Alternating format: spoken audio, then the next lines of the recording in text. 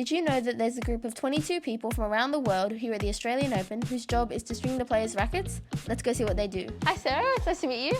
Nice to meet you. So you're one of the stringers here, can you kind of just tell us a bit about what you're doing? Yeah, sure. So we're about to string one of the new Yonex E-zones, and I'm going to take you through the process of how we string a racket at a Grand Slam. So there's a lot of stringers in this room. How many are from like different countries around the world? Yeah, so I think there's 22 stringers in total, and we have people from 13 different countries. So there's a lot of different nationalities, a lot of different languages. How many rackets do you tend to do every day and just throughout the tournament as a whole? So on average we do about 3 rackets an hour.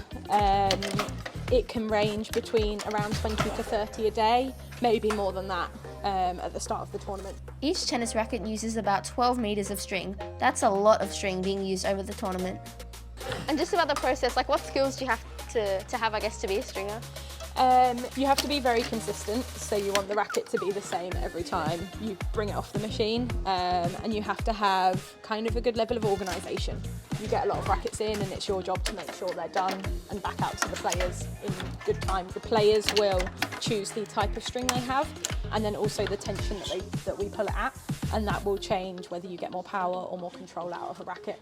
Sarah has been a stringer at 5 Wimbledons and also last year's Paris Olympics. This is her first Australian Open. We don't get much time to watch tennis. The players to me are just clients that we work for. I stood there watching Bloomers do her thing and then she said this.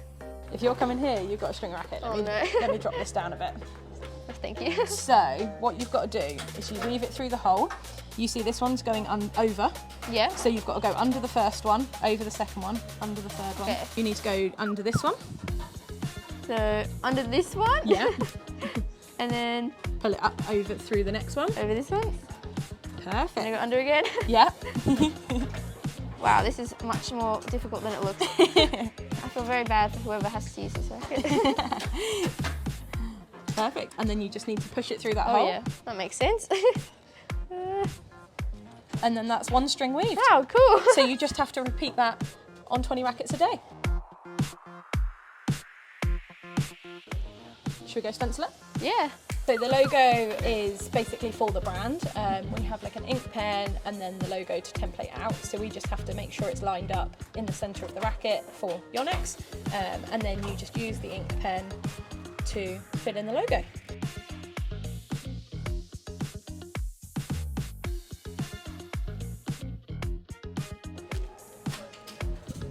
That we are all done.